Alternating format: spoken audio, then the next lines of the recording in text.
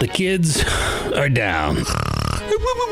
Wife's asleep. So in 4 hours, you drank 15 Busch Lights. Yeah. Wow. Yeah. So at 8 o'clock, that's when you checked out and your wife had to deal with you. Night time. Night time. Yeah. Crack a beer. Pour a bourbon.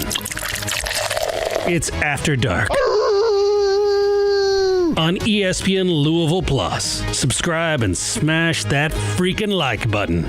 Now here's Justin Soforo. Soforo. How do you Soforo. say Soforo? No, it's fur. It's fur, not four. That's why it's fur, man. Soforo.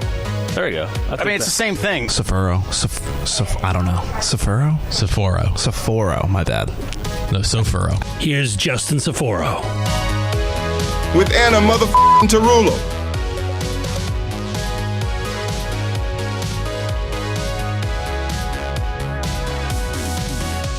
What's up? What's cooking? Welcome back in to another edition of ESPN Louisville Plus After Dark. I'm Justin Soforo. She's Anna Tarullo. And how's it going? Welcome in tonight. Are you okay? You're not frozen. Oh, you might be a little bit frozen. Let me. This is how we're starting. This is I'm already frozen. I think. Can you hear me? I think oh my you God. caught back up. You caught back up. I think it's just a camera stall. It happens. It's technology. This is it happens. It is what it is. Every time. That intro is just. I love it. It gets me hyped every time. I feel like I'm about to run out of a tunnel. I was having fun with it a couple years ago, and I was like, no, this is just something I want to have. Like, I think you had heard the college football one I did for Streeble and them when they were doing that show. I just enjoy doing stuff like that. I was trying to find something to get your kind of name in there, and all I got was there's two. There's the With Anna motherfucking Tarullo. I bleeped it out because I thought maybe the full word would be a little crass to start the show. It would be a little abrasive. Yeah, a little abrasive, or we could go with the Anna Tarullo. But I'm not sure which one you would prefer. Like the first one. You don't want the Trump one? You sure that's not the one you want with your name? Only as punishment, maybe. Okay. Anyway, guys, welcome in. I always forget to do this. So early on in the show, if you haven't already, and if you're watching this on Twitter, Facebook, whatever it is, hop on over to the YouTube channel, smash the subscribe button and like button over there. Help to support us to grow this thing. The plan is to keep doing these shows every Sunday night at 9, and maybe we'll start doing some throughout the week as well. You saw what we did last Wednesday with Andy Sweeney, Streeble. The entire crew was here. Jeffries, Zach Cantrell. I got to mess with Zach a little bit. All that kind of fun stuff we got to do. So basically, make sure you tune in and join us over there on the YouTube channel. And I'm bothered. I'm a little stressed out. You want to be therapist today? You want to play therapist a little bit? Oh, okay. I was giving my friend dating advice earlier, so I feel like I'm a marriage and child family therapist now. So I'm ready. I was born for this. I'm practiced today. That's perfect. That's exactly what I need. So Saturday, yeah, it was last night. My days running together. Last Saturday night, we have this kind of like tradition. My friends and I have mostly it's a group of friends that I've known since. Middle, high school, whatever. We get together. I think it's for the last 16 years. And I know Streeble and people like that like to hate on this, but for some reason, it's called Elf Night. And we used to get together, watch the movie Elf, but really we'd get drunk. We drank and do other nonsense and stuff like that. My friend Tessa, she hosted, and it was like a tradition. It used to be at her parents' back in the day. We go over there. Now, obviously, we're all grown-ups, a lot of us with children and stuff like that. So we get together. But it was the first time we didn't bring our kids, except for my daughter. She came with me because she doesn't count. She's 4 months old. She got to come with. She's an accessory at this point. That's what it is. But we're hanging out there, and the most of the group, for the most part, it's a lot of us that we're married couples for the most part, except for I had my one friend, Ashton. And Ashton, if you're watching, I love you. We're gonna get into this. So if you're with your significant other, I'm abrasive, right? I'm a little abrasive sometimes. You and we're looking at each other. Yeah. Maybe we can both be abrasive sometimes. Both of us on here, but I definitely can be abrasive. I like to think of myself as the term that I used to use, and I stole this from a friend Vinny. It was I'm kind of like fungus. I grow on you eventually. You may not like me at first, but eventually I grow on you, baby. It happened with us. Yeah, it did. It took us a little while, but now we're besties over here. Anyway. So we're there. My friend Ashton's there, and he ends up coming, and he's the guy who's mostly been single. He's a football coach. He does all this stuff, so he's always busy. Doesn't have the time for relationships, is what he would say. So, or whatever. That was the excuse. That's what we love to say. Yeah, I'm too busy. I can't. I don't have time for a woman. But he is now in a relationship, and she's a lovely lady, a lovely woman, and she joined him and came with him, and Well, she came, and I discovered something. So, of our friend group, there's a lot of the guys just text back and forth, and we're fans, Louisville, Kentucky, all that kind of stuff, and we go back and forth with each other. Well, for the most part, there's my 2 Kentucky friends, and then it's myself, my twin brother, and then Ashton that are U of L fans on the other side, and we back and forth. So he has to break the news to me. She's a Cats fan. The girlfriend is a Cats fan. Well, she's turning him. No, she has turned him. It's not a she is turning him.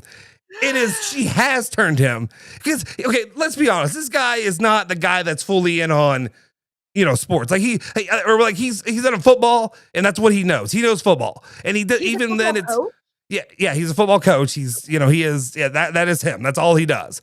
But like when it comes to watching college basketball, watching all that, he's not as committed as you or me. Like, I like to play the game or be involved in it, but like I don't care as much to watch it. Yeah. That's who he is. That's exactly that kind of guy. But we would always watch all the games together and all that. Well, he breaks the news to me, and she confirms that as long as they're together, he has to be a Kentucky fan now, moving forward. And now full disclaimer, he's not dating me, guys, because it's something that might be a rule. I wouldn't have many, but that would be one. That they would have to be a Kentucky fan? No. Okay, because this is the question that I wanted to ask you is what your opinion on that was, because I want your opinion on that. He flipped allegiances for a woman. No, that pissed me off. You know what's so funny is my friend at work, Gina, shout out to my girl Gina. She started dating this guy, Austin. They are like so in love. She's never really had like a serious guy like this before. And I have never seen her like this. She loves this guy so much that when the Kentucky Louisville basketball game rolled around, you guys, Gina always been a Cats fan.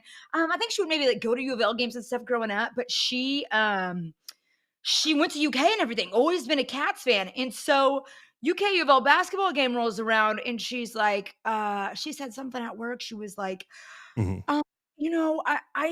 think I'm going to be, I don't think I can go for Kentucky tonight. Like, I think I have to go for Louisville because of I got angry with her. I said, Gina, that's the first time I think I really got mad at her. It made my blood boil. I was like, who are you? Like, it pissed me off in a way. Like, that's probably not normal. Like, not many things piss me off. Like, you do you if you're dating. Like, I'm not in your relationship. I don't know. But something like that grinds my gears. Also, I have to say, one of the most fun things about dating somebody is if you are fans of different teams and you get to have trash talk and you get to rivalry. Yeah. I know I would never turn and then I think I said at work after that, I was like, dude, my boyfriend could be the head coach of the University of Louisville football basketball team. And I would still, I think, want to be rooting for Kentucky. Like, I would still root for Kentucky. I just can't help it. I can't get it out of my blood. So I don't respect it. Well, you're not a real fan then. Who's not a big sports girl, but a guy who's like a football coach, I'm like, bro, I respect her for making him do it. I got to say I do, but I wouldn't respect somebody if they did that for me. No, like stick to your guns. Stick to what, like you like. To me, sports are similar to. This is how committed are you going to be to me? If you can't commit, if you can't stay committed to your team that you've been following your entire life, how are you going to be committed to me? Who are you really? Who are you? I want to know who you are. Like, what really makes you tick? If you, who are you going to run out on me for? What'd you say? Say it again. Who are you going to run out on me for? Like, if you get a better opportunity, where are you going? If we get around a bunch of Auburn fans, are you going to be wearing a tiger? Are you going to be wearing navy and orange? What are you going to do then? Yeah, I don't support that at all. I don't understand it. And then I really don't support it. It pissed me off when my friend tried to do it. Like, it didn't just piss me off. It like bothered me. It shook me up a little bit. Yeah. No, it is. I don't know. It made me laugh. But also, additionally, my wife came in and she had to swoop in and do the thing that she does, which is like contradict me, which is what she enjoys to do. But sometimes you need somebody to set you straight every once in a while. This time was not the moment for her. But it was where she said, because she brought up the point that she was a Kentucky fan before we dated and got married. she wasn't. Like, she was a Kentucky fan, as in my family likes them and we cheer for them. They never turn the games on. So like Right, and I've infiltrated a family of Kentucky fans that don't watch Kentucky sports. So I'm like I'm winning. And like my kid, the only thing is both of my sons like to troll me with Go Wildcats. And like they don't, well, okay, they wear Louisville. They do it for me. They love Louisville, but they like to troll me because they're little a-holes. Anyway. They know how to get under your skin. They've learned from the greatest. They learned from the master. That's a good point. So anyway, funny enough that this house that we're at, they live next door to one Pete Nocta, who is now who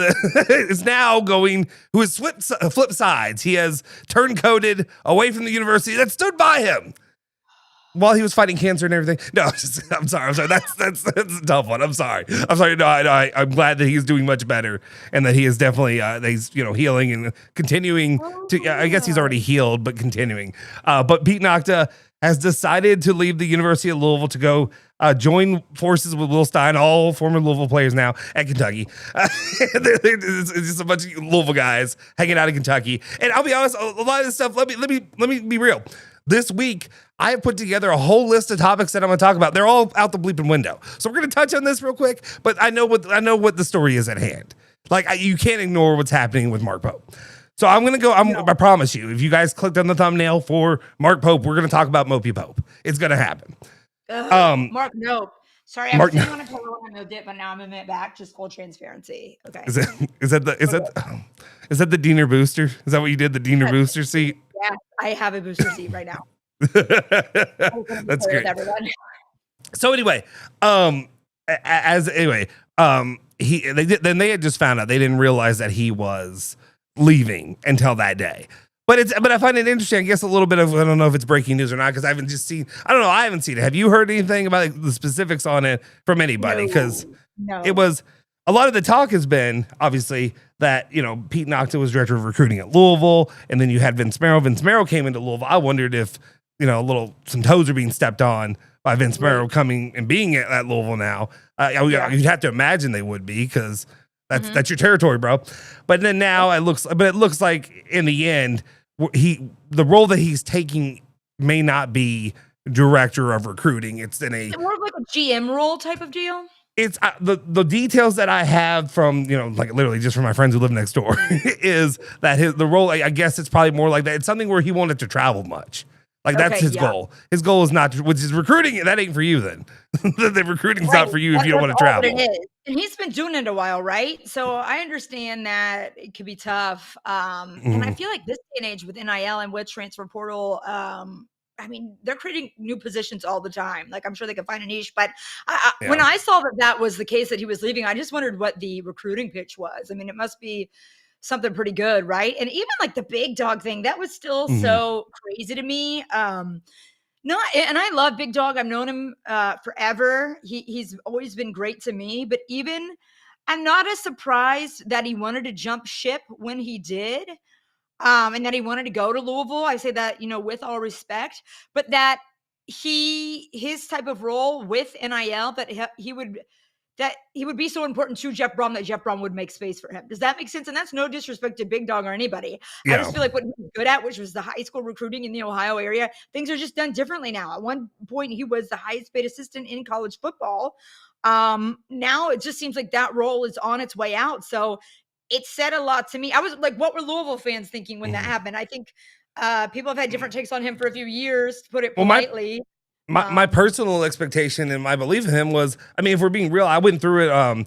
I did a video I dropped, I think it was like Friday or something, about the Pete Nocta story and just kind of talking about it. And, that's when because I tweeted out some funny things somebody had said. And it was like, I can't remember what it was, something along the lines of like, this is shit. This is you're stealing graphics and you're using clickbait. And like, I do that stuff, but that was not one of them. That was not that. Yeah, I'll own up to it. I will clickbait, sure, whatever. But that was not a moment that was. Yeah, well, not plagiarized, but like, yeah. I don't want to say that, but what I did was, I'll clickbait a little bit and be like, that's how it's content. That's the game. But because I want you to click on it, I want you not to watch the videos that I'm doing. What? But we were talking about the whole situation tonight, and that's why we're talking about. Well, yeah, and the thing is, the ones lately are not clickbait because we don't need to fabricate stuff to get people to click. There's actual stuff to talk about right now. The thing with him though was I looked at like some of the rankings over the last like decade and around the same time that they've been at both locations, and like. Pete Noxon, for the most part, those recruiting classes that he oversaw, because he took over in 2016 really as director of recruiting, you're looking at Louisville classes somewhere between, I mean, yeah, there were like 30s, mid 30s-ish, I mean, to even like the 70s sometimes when you had Scott Satterfield. While for the most part, Big Dog had like it was averaging 30s to 50s, like in like higher 30s. And yeah, they pop into the 20s sometimes or whatever, but for the most part, that's where you're looking at. So consistently, Big Dog was beating him overall, because I mean, we talked about when Scott Satterfield was here, the talent that was out there was not comparable. You saw that's why those beatdowns happened with Scott Satterfield. That's why it was 52 to 14 or whatever it was back in the day. Out there, yeah, the talent was not the same. So I'm still high on him being here. I do want to see what this recruiting class. This is his first, going to be his first real recruiting class that he's got his hands on. So I'm interested to see how this plays out moving forward.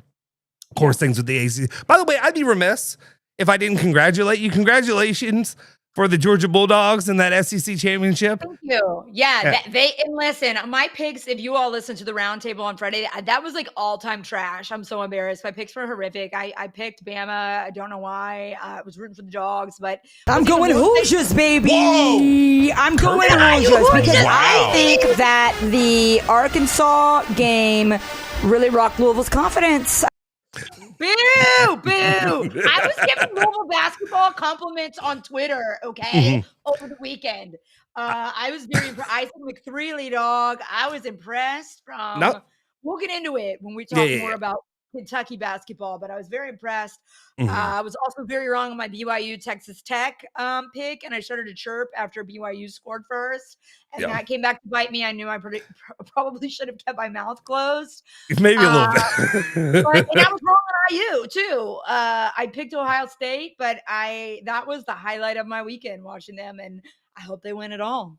I guess it's just what happens. I guess Ohio State, they're so not used to having to kick field goals. The one time that the pressure was on, they don't know how to handle it. This isn't normal. He's like, we have the best punter in the nation. Yeah, because you have to punt all the time. Are you kidding me? It's not a compliment. It's got a lot of practice in game.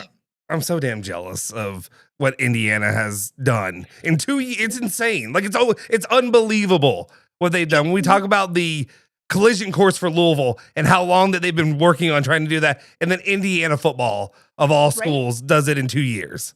It's insane. To have like your two Heisman leaders really being from IU and from Vandy, I think that's part of the reason that got Stoops ousted. I mean, part of it, the main reason was the 41-0 loss to a rival, but I think being shown how fast it can be done in this era with transfer portal.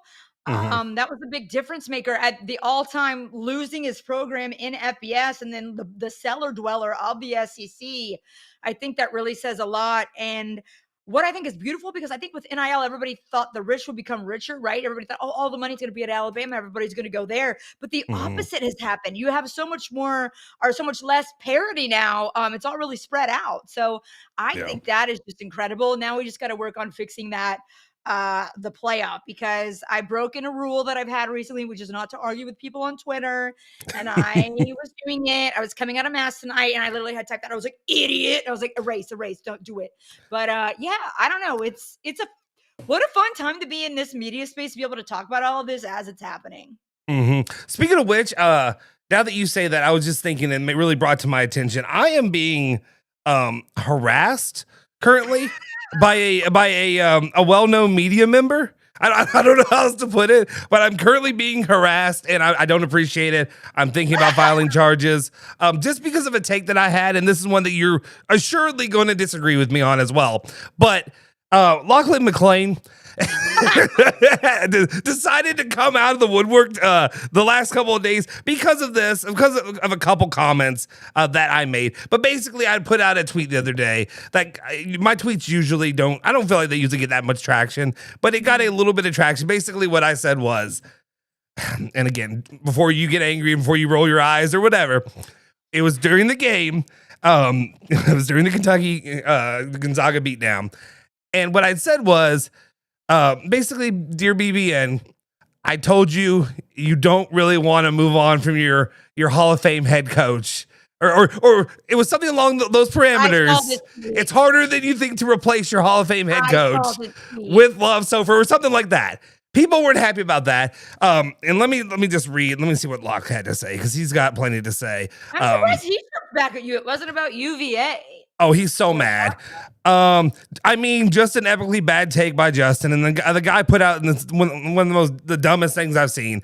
Starting to see the narrative take shape. Some folks saying, "Be careful what you wish for," or "This is what you get for running off John Calipari." Mark Pope is now 29-16 overall at Kentucky. His win percentage is .644, higher than Cal's 0.635 over 4 years. 4 years. He took a year and a whatever sample and compared it to 4 years. That doesn't work. Additionally, I told Locke, and in case Locke sees this video, and maybe if he's steaming on it, that's why I did try to clickbait a little bit with the Kenny Payne, the ghost of Kenny Payne on the thumbnail to maybe draw Locke out. Lachlan McLean, you're more than welcome. I will send you a link. I know that non-compete clause can stop you from coming on things, but this is not. There's no money involved here. It's just, it's just YouTube. For the love of the game. But anyway, and he continued on. Of course, Andy was trying to, rile him on. And then, I get it. I understand. I saw even Ethan Moore. He didn't comment on me, but basically said, don't compare the two because, and I understand that when it comes to Kenny Payne and when it comes to Mark Pope, yes, he did have a competent first year at Kentucky. Oh, yeah. Made the Sweet 16. He won more games, than in 2 seasons combined with Kenny Payne. And nobody will be as abysmal as what Kenny Payne is as a coach. That being said, the way that he is losing right now, the way that he is, let me just pull up this. I can pull up right here real quick. I mean, like this play, a streamer retweeted this. And just watch the body language on every single one of those players out there. This is Kenny Payne-esque. Honestly, it might even be worse. Like the amount of don't give a shit by the 4 guys, like everybody else who doesn't have the ball is infuriating. Like I don't know how you watch that and you don't get pissed off. Like, and I'm not even a Kentucky fan. That the reason I'm saying is I'm comparing the analogy that I'm looking at, and I guess I forgot that this was up there. But other. Yeah, well, I'll just say I understand the point you're trying to make. Like maybe it's not the results with Kenny Payne, but it's the complete lack of faith in their coach. And they don't believe he's smart. They don't believe who they're playing for. It's a complete lack of effort. I think that's what it is, really. Lack of confidence to where it's almost, I don't know. It says it all to me that they're fighting with each other, that they've gotten worse since the beginning of the season. Remember when they beat Purdue? Now, Purdue, I think, is not what they seem they are. I know they were the ranked number 1 team. Who did they lose to this weekend? They lost to somebody. It was bad. They got blown out. Iowa State, wasn't it? They got blown out at Iowa State. Horrible on their home court. It was the worst home court loss. Purdue got beat down by 23 or 24. Yeah. So, previously, I was thinking, how does this Kentucky team go from they look great in transition against Purdue? They just look like they were mopping the floor with them, and they have progressively gotten worse, which they have. If they played Louisville now, they would lose by 50. They would be horrible. But I think the point, I don't know. I don't know about that. There's I guarantee you they will lose by 50 because they're getting worse each game, and it's not a matter of skill, right? Now, I don't agree with Jalen Rose, who's like there could be too much talent on the team. What talent? I haven't seen any talent. But to me, what I think the crux of the issue is they've lost all respect. This is what happened with Kenny Payne as well. They've lost all respect and all confidence in Mark Pope. I think he needs to simplify things. Look at everything that Will Stein said in his presser. Yep. Simplify, make it as easy as you can. Like, this is what we're here to do. This is what we're going to do. Even in Mark Pope's little pressers after North Carolina, we still could be the author of our story. Like, quit using metaphors. Look at what Kurt Signetti does. He doesn't say a lot, but he says what he needs to be said, and I think guys respect that.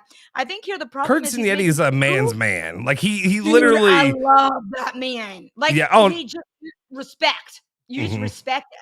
Yeah. And I think Mark Pope is just trying to get too much into these feelings and like as a motivator of you. And I know like he's a dad of 4 daughters, right? But he grew up around the game. You played in the league. You know, Rick Pitino was your coach. You know what motivates people. You can go to Rick Pitino for advice right now. What do you think he's going to say? My question is, what does that game look like? You think?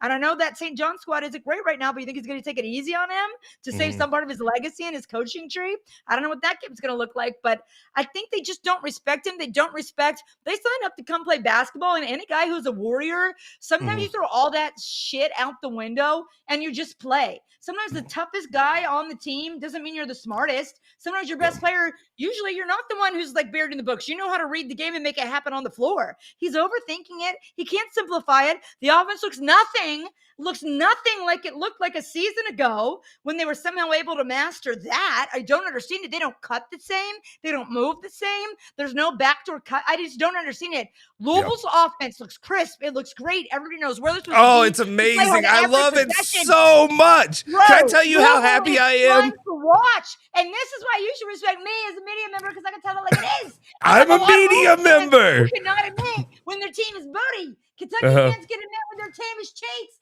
and I can respect another team. And that's why you should really respect my opinion when I have it, because I'm going to be honest with you.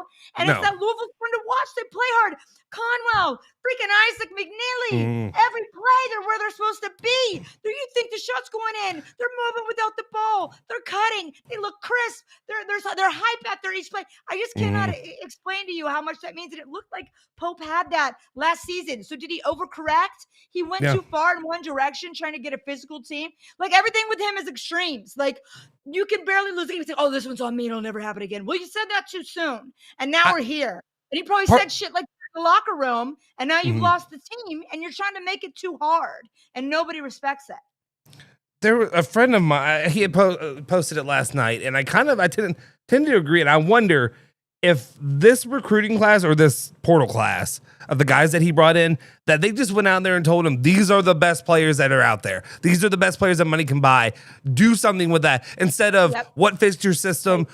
How are you going to be able to mold these guys? And how are you going to hype them up? How are you going to get them ready for a game? Are these the guys that will fit for you? Personalities that you can gel with, and instead it's just here are the best players. I think they're going to work. No. Instead, they're going to be a bunch of a-holes that don't like each other. No, and that's a great point. And I've thought about this as well. Sometimes roster construction, we boil it down to how much depth do you have at each position? Well, okay, you do have to have some depth. Injuries happen. But being so deep in these positions, what, you think you're going to have all 5 guys out with ACL tears at the same time? Sometimes roster construction is, do you have dogs? Do you have glue guys? That's part of roster construction, and it's not talked about. Yes, you have to have depth of positions. You have to have inside scoring. You have to have people who are good with their back to the basket. You have to have rebounders. You have to have great defensive players, and you got to have some shooters. There's no pure shooters, and your offense, Travis Perry was a pure shooter. Trent Noah is. No, I'm not advocating for him to have more minutes. Yeah. And I know Travis Perry is probably averaging like 13 minutes a game at Ole Miss. But that's the type of players that he needed in his offense. And that's where my point was when he got Stoops, like, was the overcorrection. So now you can't even play what you're good at, which is what your own system is, because you focus too much on trying to get rebounders, trying to get physicality. You don't even have that. You don't even have the best guys for that. It makes no sense. And then I was all in on Yelovich. I was all in on Jelly after the UNC game. I thought he looked great. I thought he looked like he was the only one who was good. Was back to the basket, could rebound, could facilitate offense. And then he was absolutely trash. He was absolutely trash against Gonzaga. That tells me it's mental. It's not a skill issue. It's not where the players are. There's something going on in that locker room. And I think it all boils down to not respecting Pope. It's a culture issue, I do think. And that this is something we talked about in the off season when we're talking about like the entire recruitment process, the Tay Kenny stuff, the Pope and PK going at each other. And I even said, personality wise, I don't give a shit if how tall Mark Pope is. I'm not scared of him. Mark Pope, you're 6'10", whatever. But you're a golden retriever. You're my golden retriever who I just had to put in a cage because he was barking his ass off before we came on here live. I love him, but he does. The problem is he'll be right here, and he's too big, and he'll be lying on top of me trying to get in the shot. It's eventually. Eventually, we'll let him in when I get Jason and his cat out of this basement. But anyway, no, but like you look at him and like, well, PK is what 5'8" or whatever he is. He's a little chihuahua, but he has that mini dog personality. He yaps, he's scrappy, he does all this stuff. Mark Pope, like PK gets guys fired up, dudes that are twice his size, and he can get in their ass and he can do that. I don't see how Mark Pope's ever going to be able to do that. He's easy to love. He's easy to like. Also, part of it, and now I can say it from experience. You mentioned it earlier. Is it the girl dad thing? And I don't mean a bad thing, but it softened me. Like I only had a daughter for 4 months. It has. My boys, I can be tough on them. I yell, I get it because they are just they're lovable little dumbasses, and I love them. But they just do stuff to piss me off or to do whatever. They do it on purpose. And boys are rough, and they do all this kind of stuff. But then a girl comes along, and she's sweet and soft and gentle, and you look at her and she doesn't do things like that. So I think it really changes your demeanor and it changes how you interact with people. Because like it changed Ville. It totally didn't. He's like, get up here and soften up. I'm like, okay.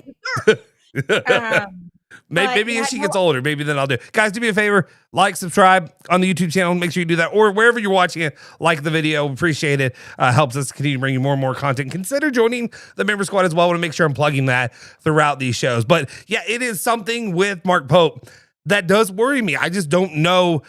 I can't believe I can't believe after last season, though I will say this, last season, that regular season wasn't as good as a lot of y'all remember it.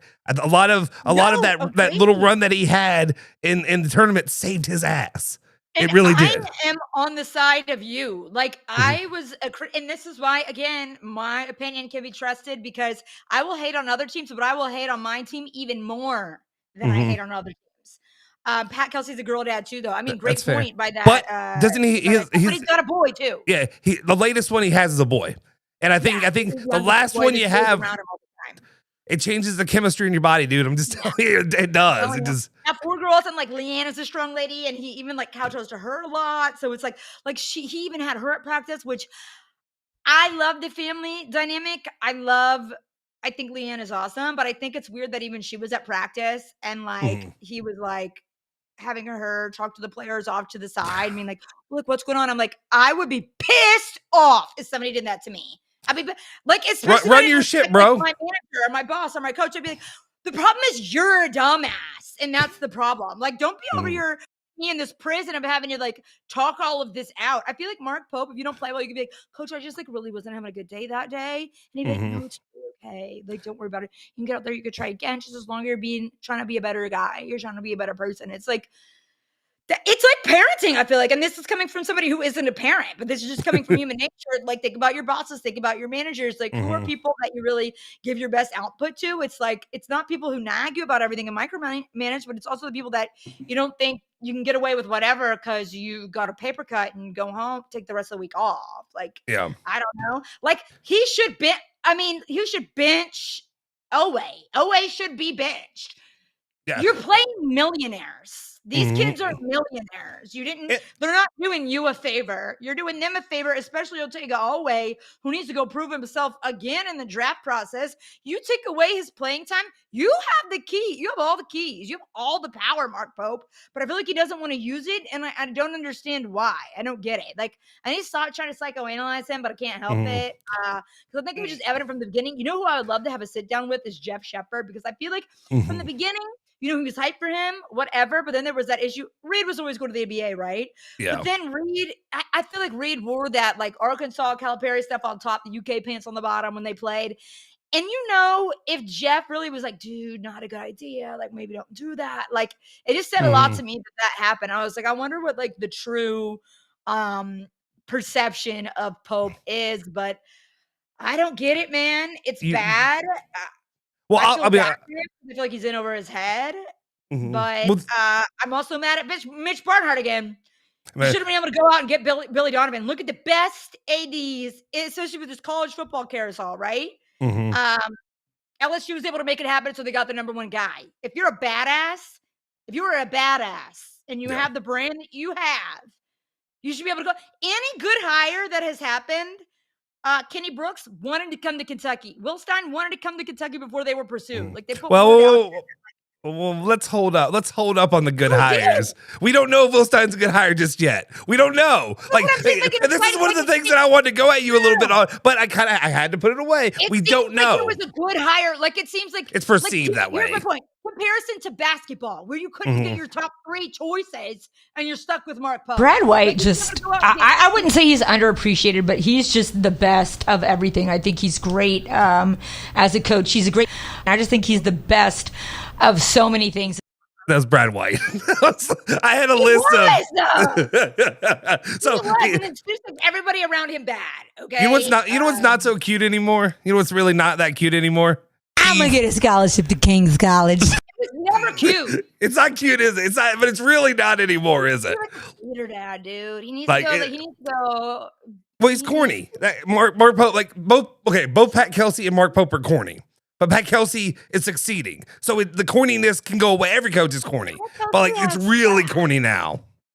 Pat Kelsey has some swag to him. And I think you could be swagged out if your team wants to play for you. Like, would you look at Kurt Signetti and be like, that guy's swaggy and not corny? But then, like, when you could get your team to ball out like that, I mean, like Coach K. Weird nerd guy. Yeah. But, like, if your team plays for you, those are your swag points. Don't care. And I'm sorry, Louisville is playing a very exciting brand of basketball. Watching that game versus watching when I did that reaction Tuesday, watching the North Carolina game, it was like I could barely focus in on the game because it was just such trash basketball. You just want to rip your eyes away from it. It hurts to watch. Yeah. Louisville, IU, that was so fun. I mean, like that was a good experience to watch it. I just don't get it. This is a disaster not waiting to happen. It's already happening. And so I guess Mitch thought he would be able to retire if he got a bit of good football hire. He keeps wanting to go out on top. Well, buddy, you're going to have to make another hire before you go. I can't tell you how, but it is a culture flip with Louisville right now, being able to turn on these games and, walking away from the Arkansas game. And, we had a lot of stuff going on. I rewatched it back and all that, but it was, I didn't walk away with the same rage that I usually have.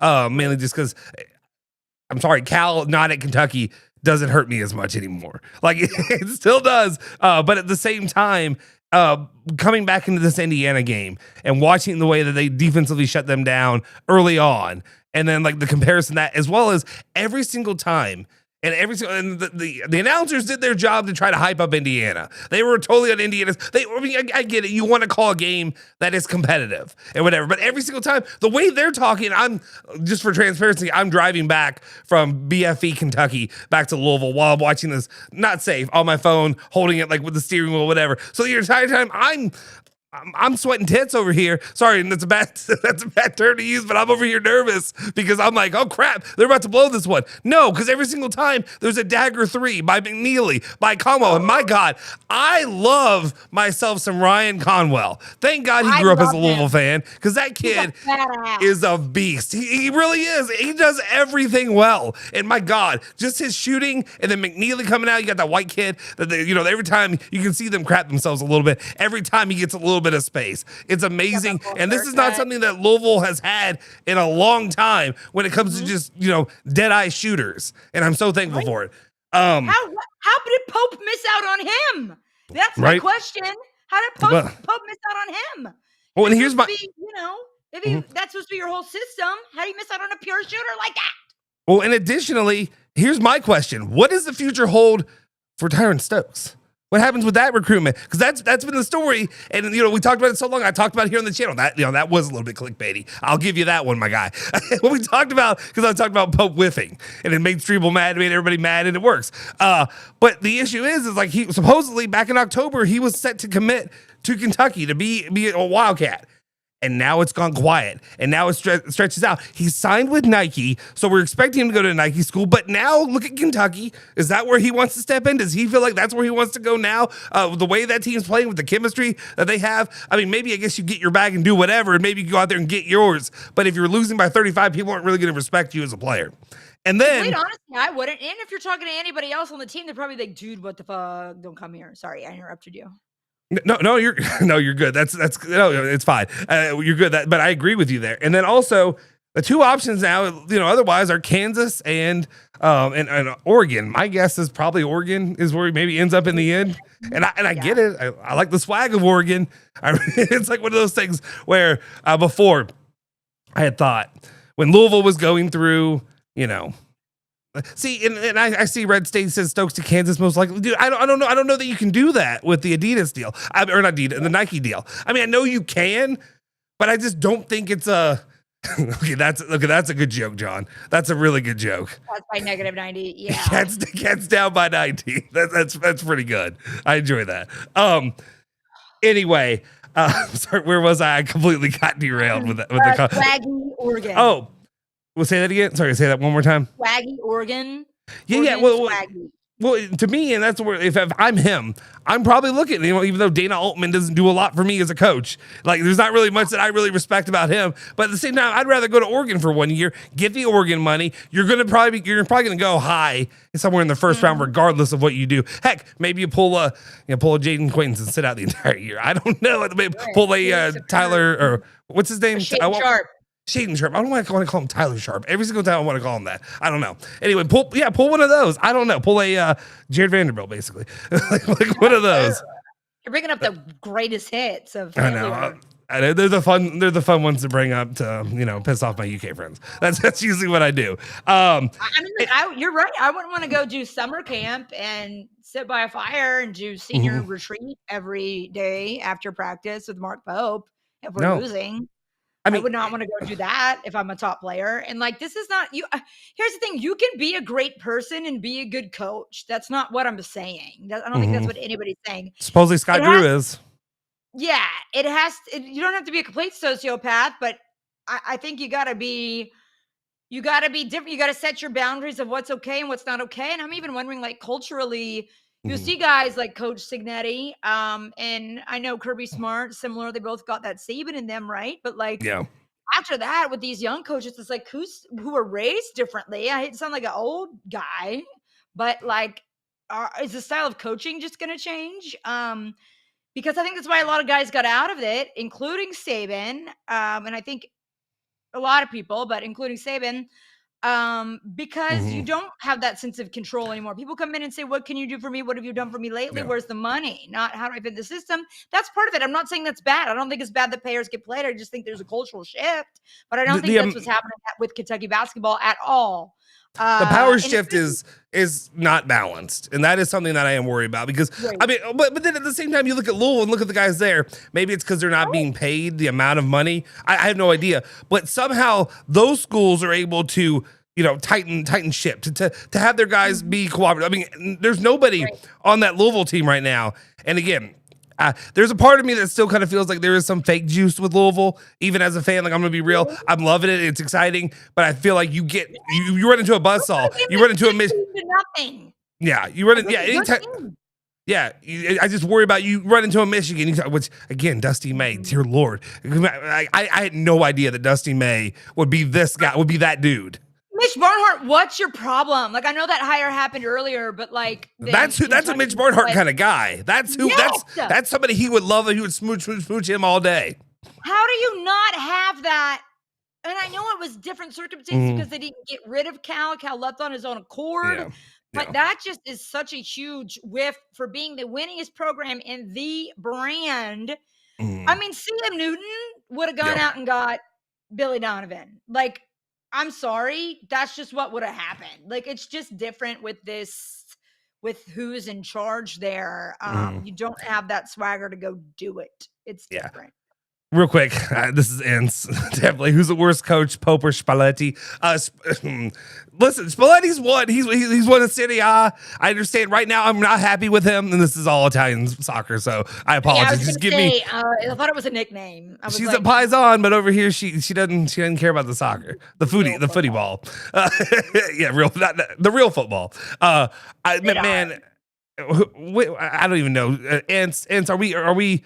Is there a chance? Are we making it to the World Cup? How's this going to play out? Let me know.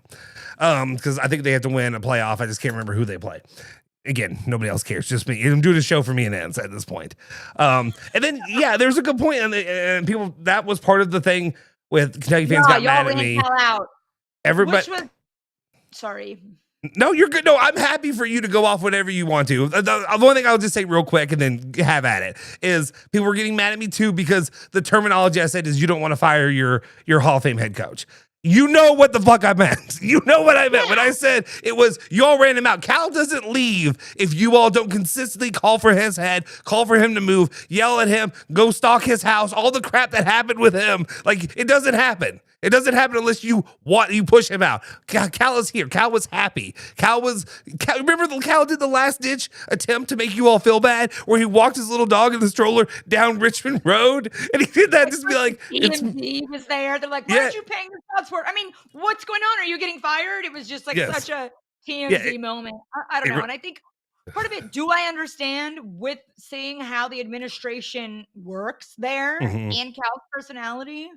Do I kind of get it? Yeah, sure. Especially when they're moving to build a practice facility after Cal leaves. Sure. But I think those things are very mutually exclusive. Just because you made the boneheaded hire doesn't mean Cal also had to go. Do I agree with comparing the 20 and 16 records between Cal and Mark Pope at this point? No, I don't. Arkansas came in and schooled you, Kentucky. Arkansas made it, I think, just as far. Did Kentucky make it a game further? I think they both lost at the same point, Sweet 16 in the NCAA tournament. And I did. I was cheering for Cal so bad to just get that one more win. Just that one more win for Kentucky fans. I don't know how y'all, Streeble wouldn't be able to come in. He'd come in at like 5 p.m. that day to do his show. Listen, that game started. I thought I was going to cheer for Louisville in that game. I get it. I don't want to. I didn't. I couldn't for like 2 seconds. I was it's the same thing with Rick. You still love him. You still have love in your heart for him. There's no way. There's too many years. There's too many memories. Like, if you think you moved on, you didn't move on. It's still there, especially right now because your new boyfriend sucks, Anna. He sucks. And your new guy sucks, and you need to go back to the guy you cared about. That's the same thing. But the other guy was toxic too. It's like you went from one extreme to the other. You dated the asshole who was great in the beginning and everything was going well, but then he wasn't going to be the guy long term. He just stopped. His heart was not in it anymore. So you go on with the guy who just kisses your ass and treats you really nice, and you're sick of him already because that never worked. No, but sometimes lose respect for him. That was a better analogy than you even knew. No, it was good. Another smart up and comer, good guy, right? Who's like has a great resume. And is smart and people respect. I think that's the biggest thing there. But there's something about how Cal just antagonizes Louisville fans that's also very frustrating. Of like, no, he loved us up. He smoots. Emotional game, and he wants to turn it on. Yeah, he was patting the head, and it's fine. But I'll tell you this. Oh man, what did Cal said something else today? Let me see if I can find it real quick. Cal had said something today that was hilarious. And somebody help. Let me see. What was it? I feel like you know what I'm talking about? He was talking about the landscape today. I think I can find it. Oh, here it is. Here it is. Yeah, I got it. Oh, okay. We just got to play this anyway. Let's see. What would you have to say? We are minus 300 to make it. Let's road trip. Dude, man, I got friends in Toronto from when I did the Juventus stuff. That city's going to implode. Did you have Canada versus Italy? Because there's so many Canadian Italians. So many. Man, I'll road trip with you. You, me, Mr. Boots, let's go. All right, let me go ahead and throw that on there. Okay, here it is. And man, okay, let me play this. Sound up? Yeah, sounds up. Okay. I mean, there are a lot of older gentlemen with beards playing basketball in college right now. There are. So you know the one that's crazy is the guy comes in and he's waving to his kids up in the seats, and you're like, wait a minute, the guy got 2 kids. He's still playing college basketball. Crazy thing, he's using NIL for his first wife's alimony, and now he's still playing college basketball. Are we nuts? So now you have these kind of games and these kind of scores. That team is really old. My guess is, again, we're probably the youngest team in the SEC. We'll be one of the 3 youngest teams in the SEC. Oh, there's the old tried. Those teams are old. Last year, every team was old in our league. They were old. And so now you're going to have those kind of things. And you're also going to have a team like a Fresno beat somebody because they got all grad students, seniors, and their average age is 25. And your average age is 19 or 20. Oh, how bad do you miss that? As if he didn't recruit people like Cal and Grady. Like, okay, sure, fine. I miss that so much. I miss him and Rick. That's that Tarullo sense of humor. That is my father. It scares me. And I realize that I do want to miss it because of that. Not that I want him back as a coach, but because that smart ass stuff. He makes you laugh. How old's your dad? No offense to. He's born in 60. So is he? So okay. So he's like my mom's age then. Okay. So well, I guess that makes sense because we're close. Is how old Rick? I guess Rick's. My mom was born in the same day Rick was, September 18th. So I think it's. My mom's birthday September 19th. Really, that's crazy. My in-laws, that's wild. My in-law, her birthday is also that. That's wild. That's weird. That is really weird. But I don't know. There's something about like that demographic, that age of paisan, like that temperament.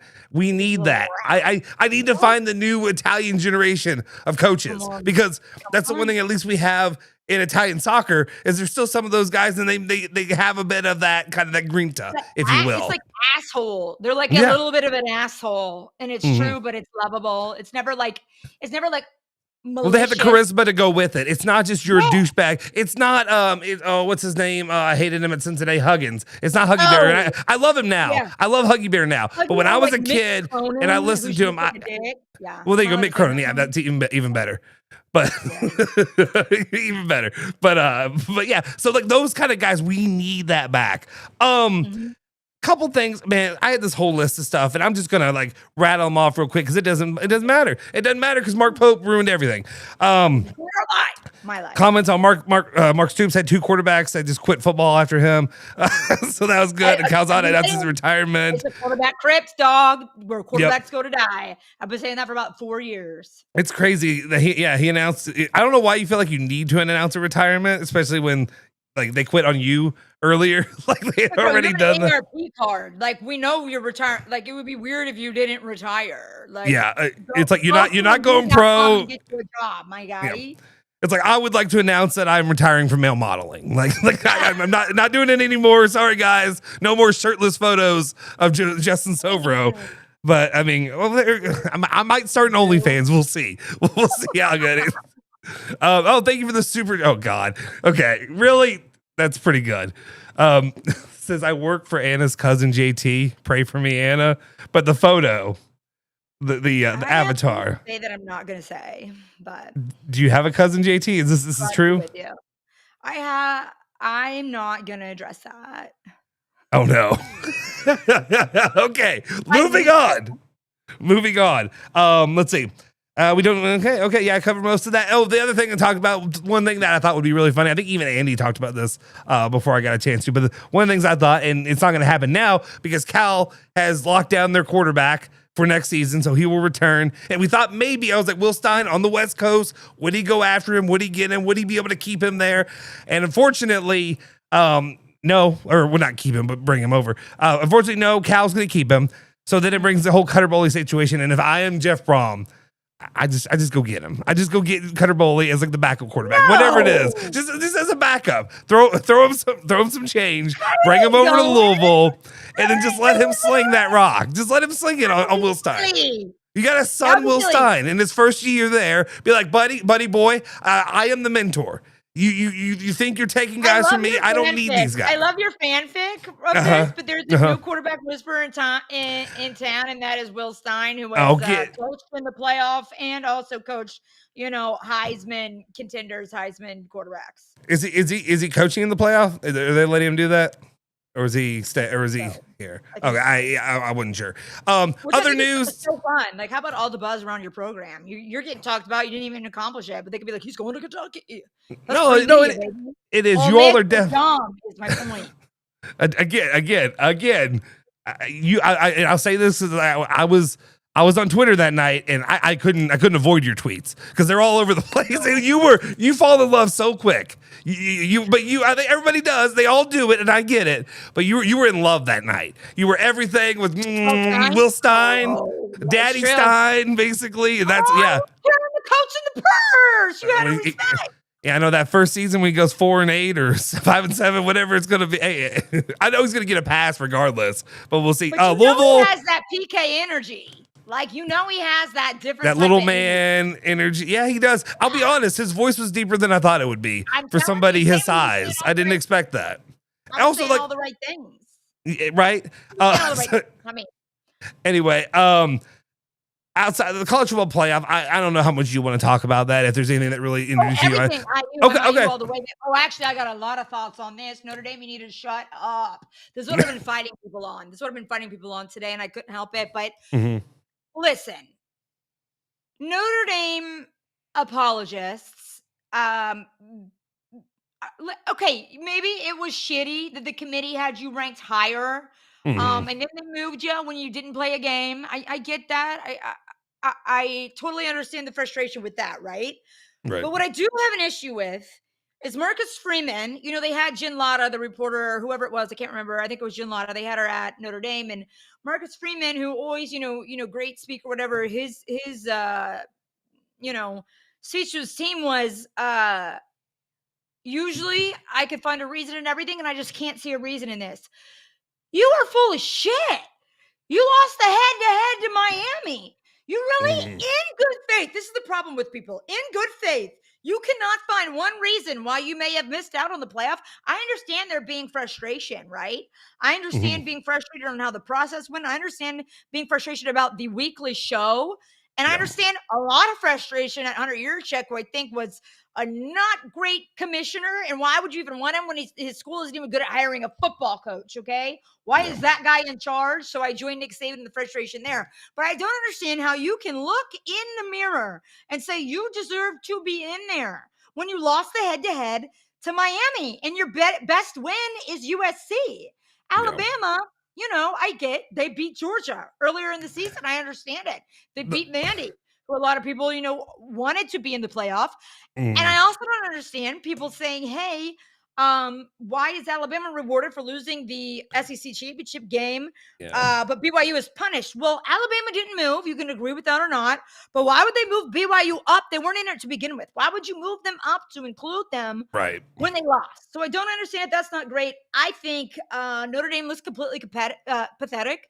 It's the same way of how I thought Ole Miss was completely operating out of emotion, where they won't let Lane Kiffin come back and coach. I think Notre Dame looks stupid. You get 15 extra practices. You look really dumb for it. You look like a crybaby. You know who looked like the biggest badass of all? The one team who truly and fully got screwed was that year that Georgia did in 2023 that kept them from a three-peat when they lost to Alabama in the SEC championship game. And what did Kirby Smart come out and say? These are the rules. We're going to take it. We're going to learn from it. But did he bitch? Did he pout? Did he sit out? No, he didn't, because I think you have to Kirby Smart treated that game as a playoff game and say, hey, we lost. Notre Dame, I liked him a lot. I like Marcus Freeman, but I don't think that he's on that Mark Pope level, right? Where I don't really think he has it. I don't really think he has the build or the makeup to really truly be a championship coach. I don't. Yeah.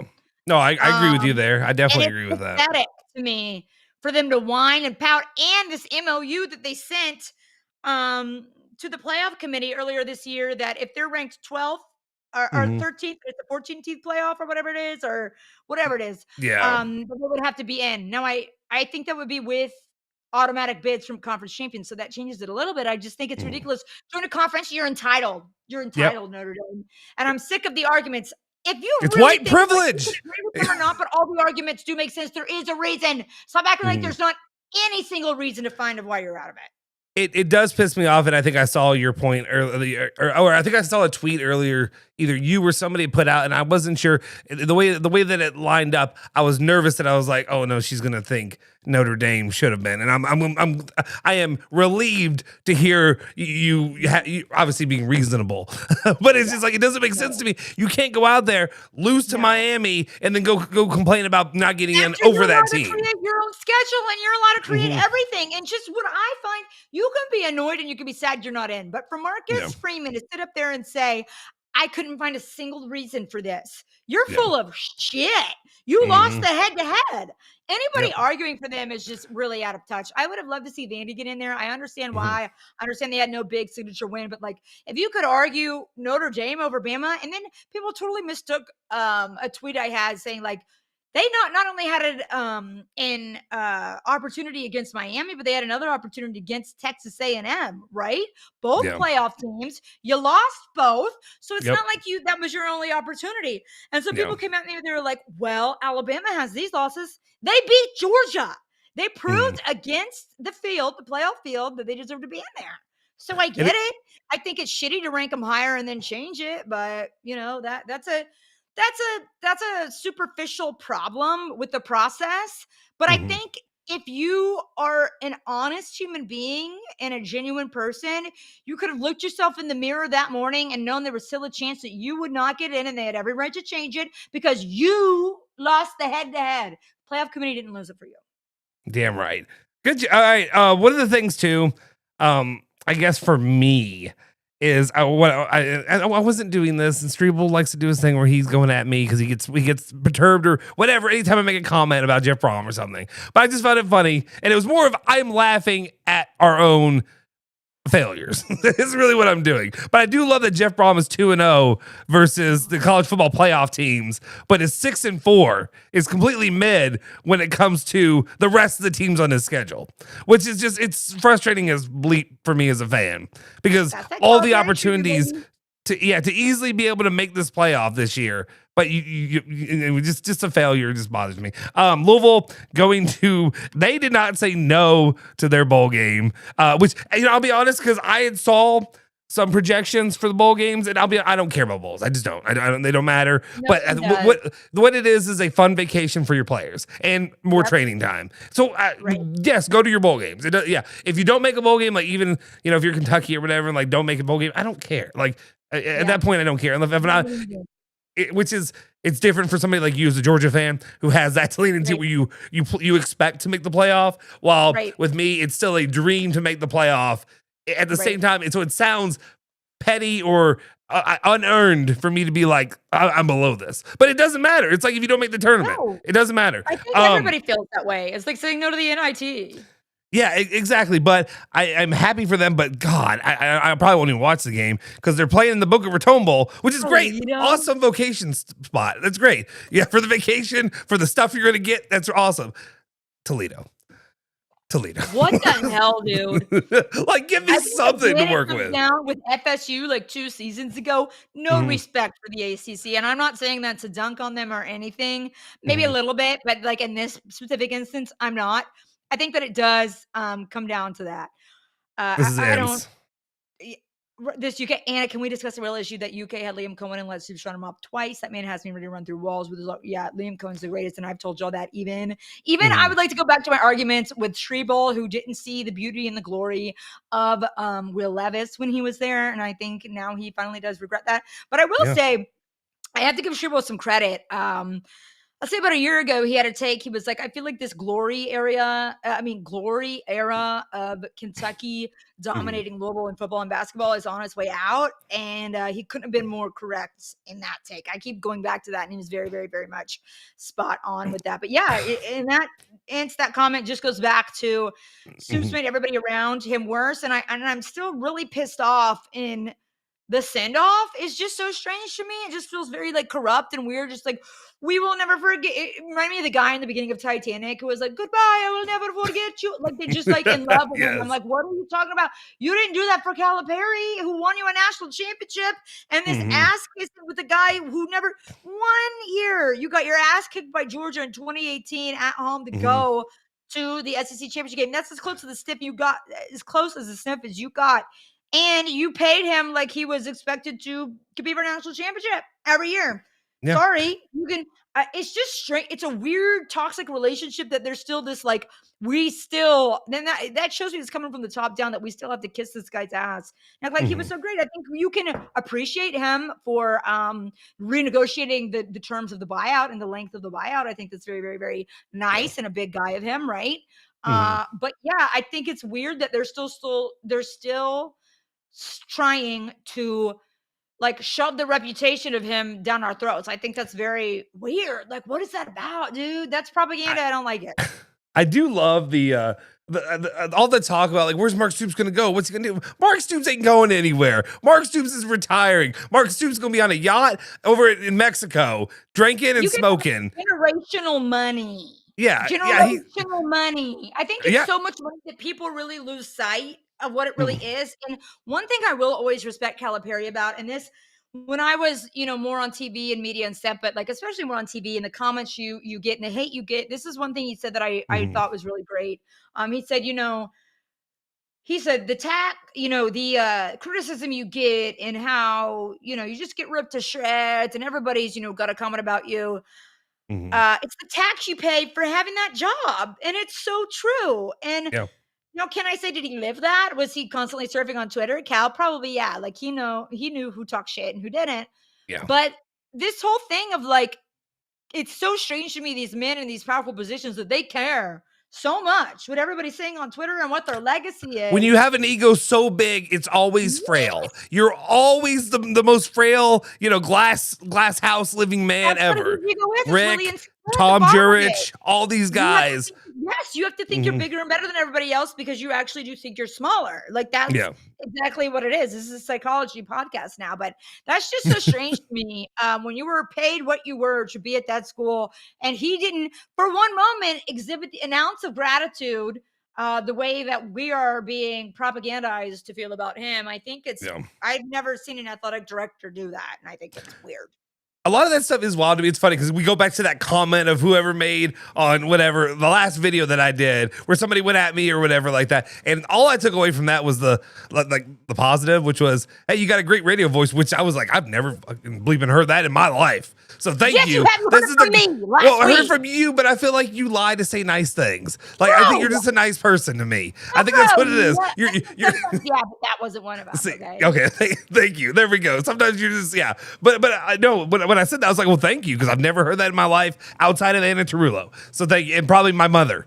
Like, my mom would probably say that. That would be it. I don't think she has said that, but she probably would.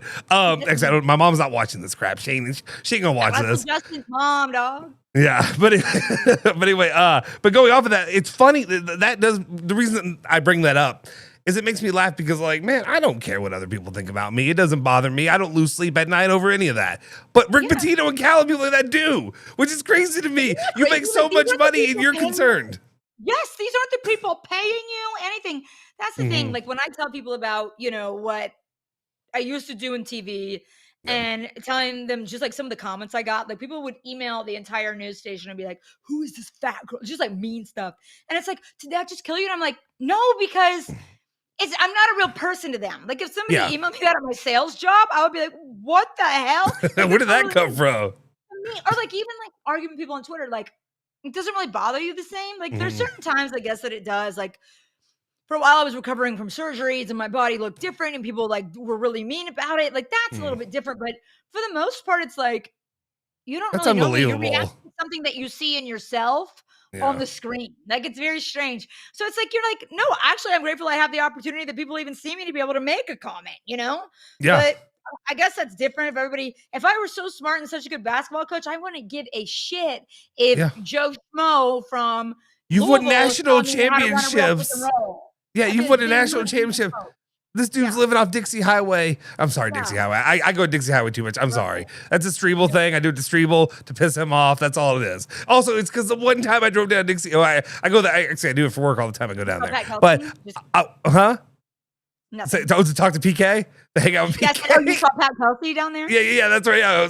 But anyway, no, I mean, literally, I can't make this up. I was going down Dixie Highway, smashed the like and hit the subscribe button. And this dude was literally drop trowel, butt naked, humping the concrete wall. I witnessed this with my bare eyes. This is real. This is real stuff that I witnessed. Yeah, it had to be a Louisville fan. Actually, I think he actually was a Kentucky. I think he had Kentucky so long. I'm not even kidding. No, I'm not making that up. I think he actually did because I know I immediately texted Streeble this. It was like Streeble and Andy. I know I texted him right after that.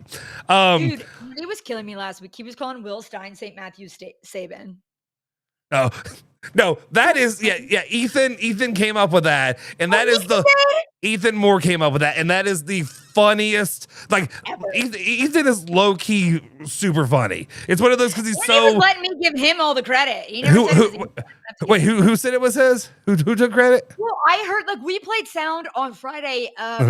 Sweeney saying it, so I thought it was Sweeney the whole time. So I even texted Sweeney, was like, "St. Matthew Saban, that's freaking hilarious," and he never corrected me. So. Oh no, he was just gonna be like, "Okay, yeah, I'll take that." No, that was Ethan Moore. Ethan Moore came up with that, and it was the funniest. Yeah, I love it. I'm always gonna call him that.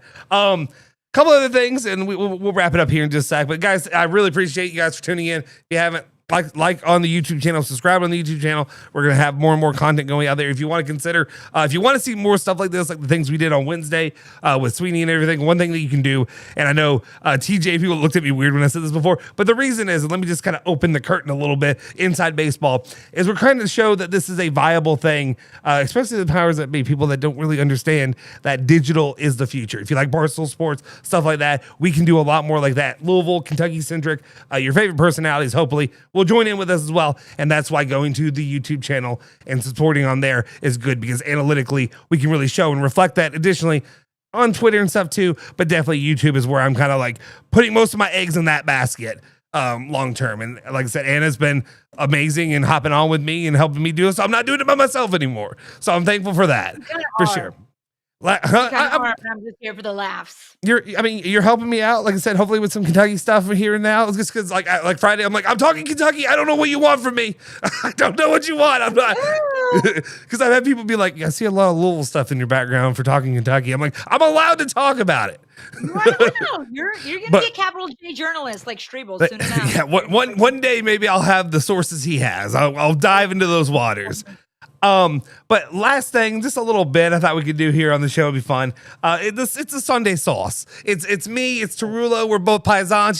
She's a Paisana. We'll dive into this a little bit. To me, it's more of an icebreaker on the segment kind of thing. And the way I would say this is just talking about, I guess what I would ask you is about like your family's history. Do you know like how much have you all dove into your family lineage? You go there often? You do all that? It's Soforo. I would be willing to say probably more so than anyone at the station, and that's no disrespect. So when I got third on Strebel's list, which I'm still angry about, I kind of wanted to kill him. So my mom is part Sicilian, and we've gone to where her family is from, near Palermo. It's called Termini Amarese, and we've gone and looked at the church where all of her family got married. Wait, at where? At where? It's called Termini Amarese. It's right by Palermo. It's by Cefalu. Okay, yeah, I know. I think I know where that is. Yeah, because my wife and I walked all over Palermo. So my family is from Syracuse, so I have Syracuse. I have a soft spot for Syracuse, the team, because of that. So I have some Syracuse gear. I'm not gonna wear it because people get mad. But yeah, we went to Palermo as well. So go ahead. I love to hear about this. I like Sicily. It's such an amalgamation of culture. It's awesome. So yeah. Anyway, but my mom's family is definitely like less involved than my dad. So my dad's family is in, I'd say, like central Italy. It was like a 4-hour drive from Rome. I don't know. I'm bad. We just did it this summer. And it's a town. It's called Scano. There's a lake shaped like a heart at the bottom of it called Lago di Scano. And there weren't cars up there until the 60s. But my dad's grandma actually came over. She was on the boat, Grandma Gina. And both his grandparents did. And so we go there and we still stay with my dad's cousins. My sister did a wedding ceremony there this summer and got to wear the traditional garb. And there's still like Tarullo photography, Tarullo supermarket. So we go up there. My dad sees like his cousin. Awesome. So like we go up there. I've probably been 4 or 5 times. And it's awesome. I love it. I love Italy. But I've been several times. But my favorite time was probably this past summer and just going in. I don't know. I loved Rome this past Are time. Your parents first generation, or are they like who came? Or their grandparents. It was their grandparents. Okay. See, that's cool because my family is so. I mean, we're going far back now because my great grandfather came. I mean, like when he was young. He was born in 1905. So like his family, they were like candle makers. I know about that out in Syracuse and all that. Yeah, they had like a whole business out there and stuff. And it's so hard to find Soforos that are still there anymore. Like honestly, Well, I told the story so many times. I'll get to the super chat. Thank you so much. Appreciate the additional super chat. Thank you for the support. The ghost with the most 420. I love your view of the picture. I don't know what that is, but I see the dude. But anyway, wait, was that? It's going. That's the guy who asked you. Said he works with with your cousin or whatever. Oh yeah. But yeah, I'll answer that in just a sec. But basically, so they came through, but instead, my family was different. Instead of coming to America, they went through Mexico, which it's different. It was I told this show, on the show with Andy and Cerebral before. I thought I was Mexican growing up, and I used to say that I was Mexican, and they'd be like, "No, you ain't, bro." I was in Simpsonville Elementary over here, and like telling people, my twin brother, hey, what's up, Ese? No, my twin brother and I would both say that, and the people would be like, Justin. Well, first of all, your name's Justin, but like you're not Hispanic. And I'm like, well, okay, I guess if you're right. And then so I actually did. Yeah, and I do. Yes, exactly. But anyway, there's a lot of history there. I didn't realize that there are small little towns in Mexico, in St. Louis Potosí, and different areas like that are like little Italian Riviera towns. It looks just like it. Like literally that many Italian immigrants came in and built it up. And I didn't realize, because like my grandma was really my great grandfather, who I was really close with until I was 10. He passed away then, but he was like 95. But his business is still down there. They're very successful. Oh, wow. She dated the president of Mexico's son when she was growing up and all that. Somehow she ended up with my granddad. I don't know. I don't know how that worked out. She still never ended up having to work a day in her life, but I don't think it was the same for her in the end. Maybe she saw some things that she didn't want to see. No, yeah, maybe it was. But and I've dug into like some of my family history and some of the stuff. I think, they were involved with some sketchy things sometimes and stuff like that. We can get into that eventually too. But it's interesting just to see how that came from. But yeah, basically just to open it up, we can get more into it down. I'm trying to we'll have some whatever with the segment and do the sound and all that kind of stuff. But I just want to do some fun stuff like that. Jason Entz, you can lie and pretend that you're Italian and come on like you normally do. And actually, even though you're the only one that was born there. Yeah. And that's so good. And then and I can't believe he just missed the deadline for him to become a what's it called? I guess an Italian citizen. Yeah, because it has to be within so many years or something, I think he told me, and he didn't do it. He missed the cutoff. Because yeah. I will say my wife and I have talked, and we were considered, like we've even talked about like buying a place out in Italy, because heck, there's so many little towns that you can do. If you just pour the money in, it's real cheap to buy a house. Yes, it is. Like I think now would be a good time to do it, and then you can do a little citizenship too. Yeah, that's kind of the goal. My Italian husband this summer. I mean, I came pretty close, but just go back next year. There's so many people I know from like doing the Italian soccer stuff that like guys. Like their families just constantly back and forth, and I'm like, that sounds really expensive. Like and also those flights. I don't know. I have friends that do like they fly to China all the time for work, and I'm like, bro, I can't do that. I can't do that kind of flight. My dad's like 6'4" and does it. I'm like, dude, I get in the middle seat and I'm ready to cry, and I'm like 5'5". The 8-hour flight to Rome was enough for me. I was like, no, I'm good. I'm good, bro. Like 18 hours. I'm like, bro, I don't know how I couldn't do it. Yeah, but anyway, we'll get more into it. It was just more of an icebreaker to it. I'd like to hear more, because there's not many Italians here. There's really not. There's very few of us. For a while, it was just like us, John Calipari, Rick Pitino, Valvanos. That's kind of it. Yeah. But so my guy asked. He says, thoughts on moving the UVL UK football game to the first game of the year. It seems better for both teams as the only game on. Isn't it funny how like we want to move that one like further up, and we want to move basketball back where it was. I don't hate that. I think it is fun to do it rivalry week, right? But if everybody else kind of goes like ends those, unless they're in conference, which a lot of people are talking about. It is fun to do that first, because it does set your season differently than basketball. I feel like basketball can change so much that's why it's not fun to do it as early. But football, it's like it sets the tone, really, right? And I think with injuries with football, it's easier to be like, well, by the time we played, it was different. It was always fun doing it that Labor Day weekend. I have great memories from that. But if everybody else is doing rivalry week when they're doing it, then I'm crazy. I cared about that at first. What's up, Lawrence? Yeah, I see you. I see caller Lawrence with the Gift of a lifetime deal. Hey, don't tempt Mitch. He might. Don't tempt him.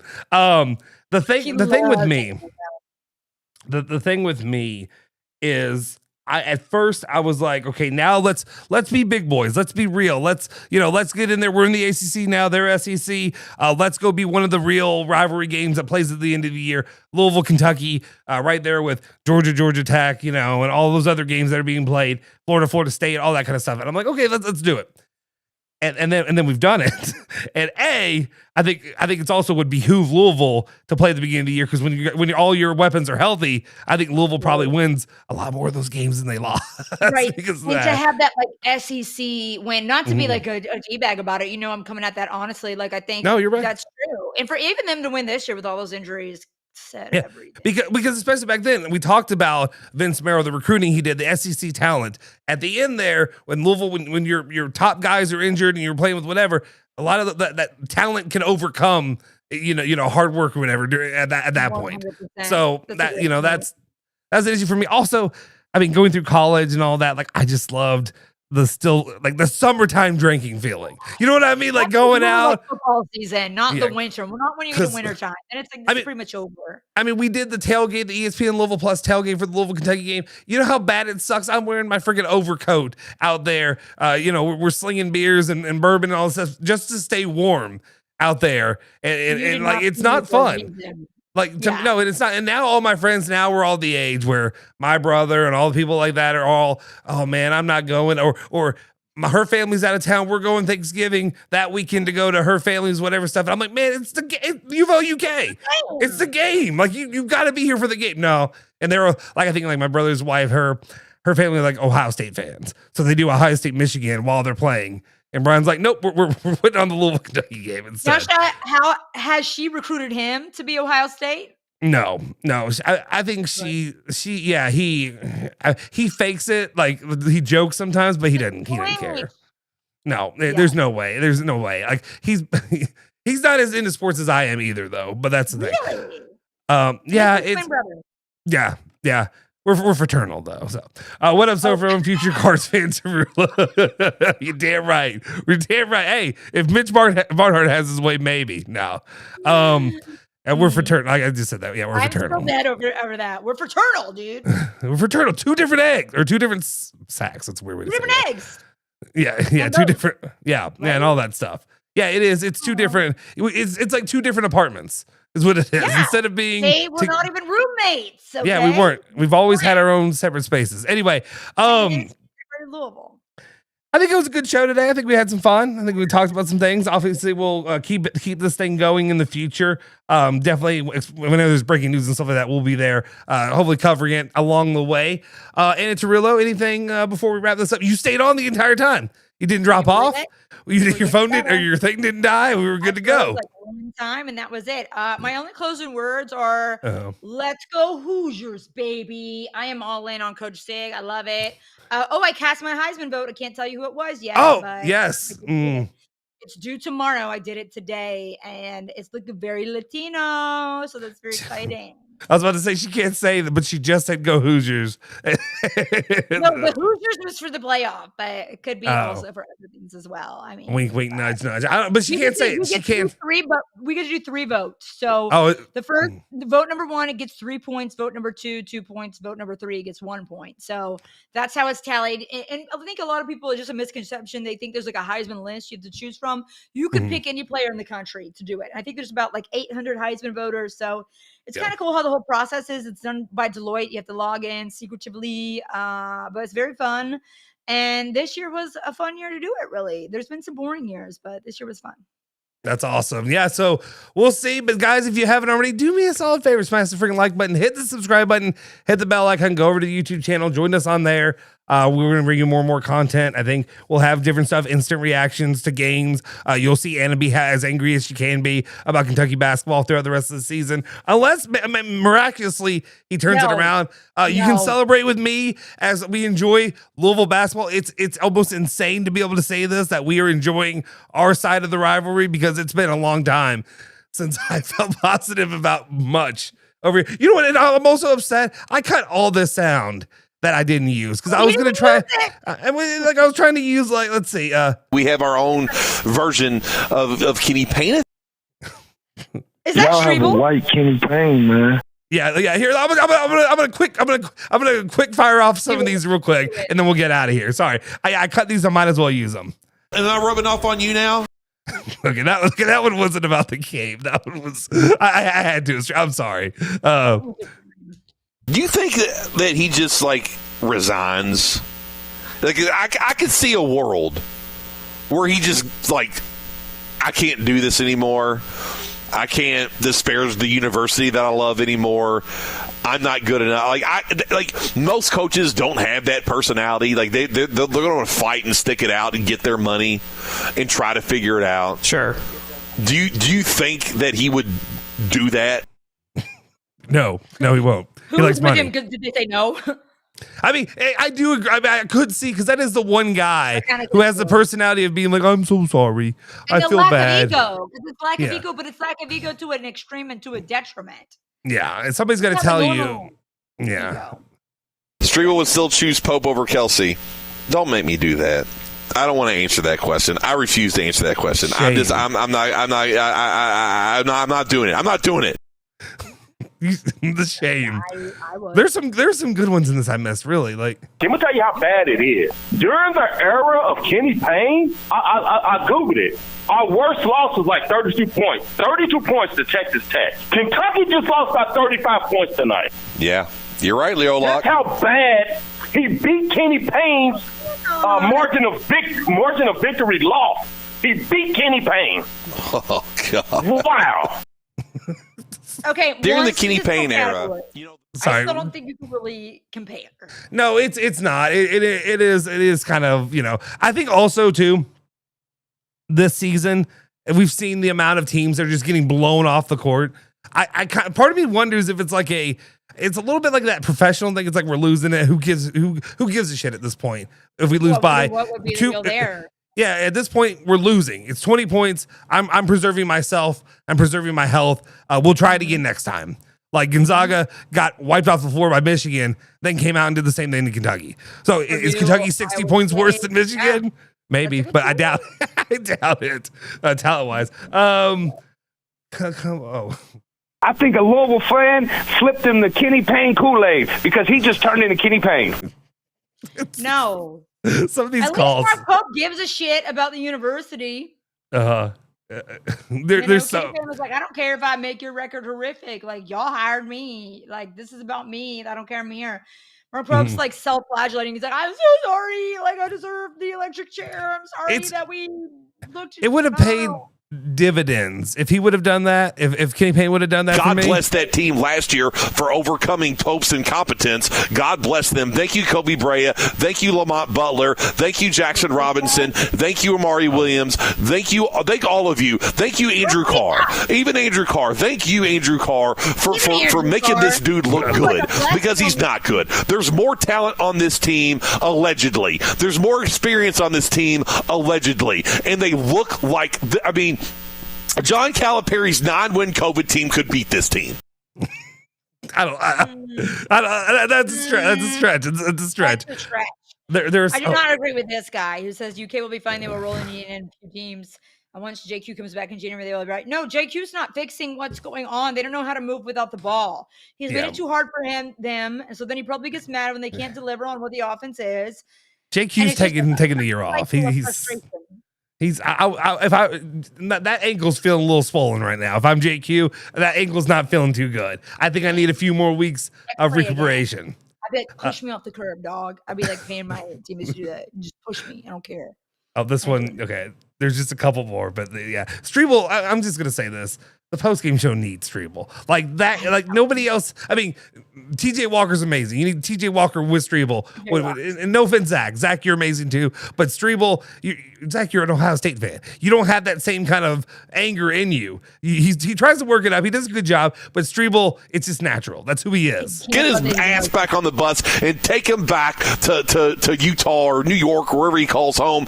Get him out of here. But one of the things he said, and he peacocked a little bit, Zach Cantrell. He's peacocking up there because big bad Calipari was gone. You know, Mr. Bad Calipari, they finally got rid of him.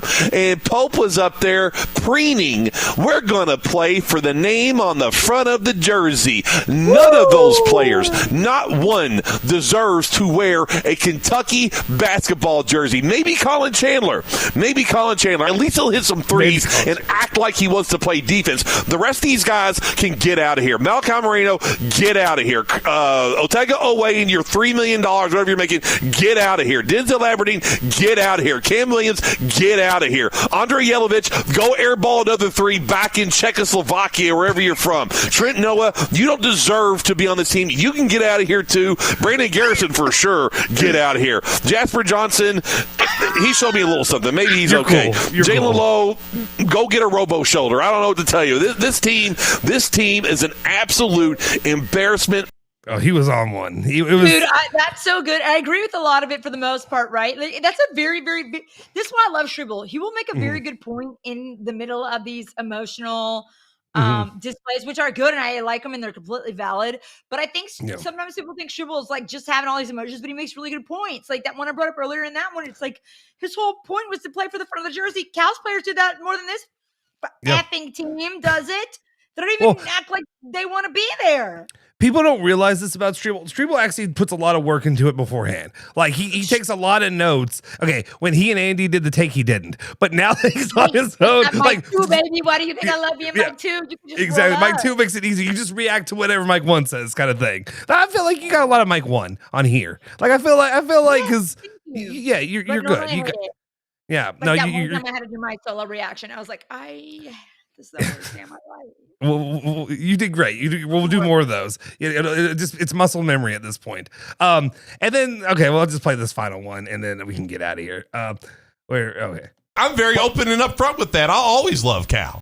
Okay, but he loved Cal too much, and that's the problem. Like with Struble, and I will say again, he was right on the Pope hire, and I was trying to sunshine pump, and I was like, listen, I think he could be a good cerebral coach. I think he could be like a Dan Hurley. Like he doesn't have the ferocity or the mental illness. Sorry, no offense, but like he doesn't have that part. But like he can be really good. And then the things that made him good, he just completely abandoned. And now we're left with this in no man's land that doesn't make any sense at all. But I don't think he gave the Pope hire enough chance. But he was right on it. And I don't agree. I think he's one of those guys who would say and would agree with your take. Soforo, that they wish that Calipari would have never left. And I'm like, to me, like, I don't want to say that screams like non-ball knower, but like as a Kentucky fan, I'm like, you get what the frustration. Locke and Tarullo are both coming at me now. I need to. I'm not happy. Locke, go ahead. Come on here. She's mad at me too. No. Is he in here? No, he's not in here. He has been on the channel before. He lurks sometimes, so we'll see. We'll see. With your take as a Louisville fan about it, but like as a Kentucky fan, I'm like, you knew after that Wisconsin loss, there's no. He's like the Ryan Day of college. Wait, you knew after the Wisconsin loss? So back in 2015, that was when it was over. What? Oh my God, Soforo, 100 to my soul, I knew. If you lose that game with that NBA talent, I agree. Yeah, I guess. And and your Frank Kaminsky dunking on you, and I mean, okay, but that Bo Ryan got the most out of those guys, and like one of those guys is one of my very, very, very good friends. I was in his wedding. I was in one of those guys' wedding. Okay, so there's no disrespect to them, but like humble brag. I knew then. Bo Ryan's a great coach. You outcoached him. Calipari. We went to the opposite, but of a guy who wasn't even good at what you thought the opposite was. We needed a happy medium of Cal swag, but like had a brain to coach, which would be Rick Pitino. Counterpoint. I agree. Okay, then I agree with you because if you make the move, then there's plenty of options out there. That they could have. They shouldn't make the move necessarily then because you're still going to Final Fours, right? Then if they would have run him off then I would agree with you. You ran up a Hall of Fame coach. Yeah. But he's losing in the first round. But my point is really didn't have it in him then. I guess my kind of issue is the timing. It was the worst timing possible to move on from Cal. I think personally because I mean clearly.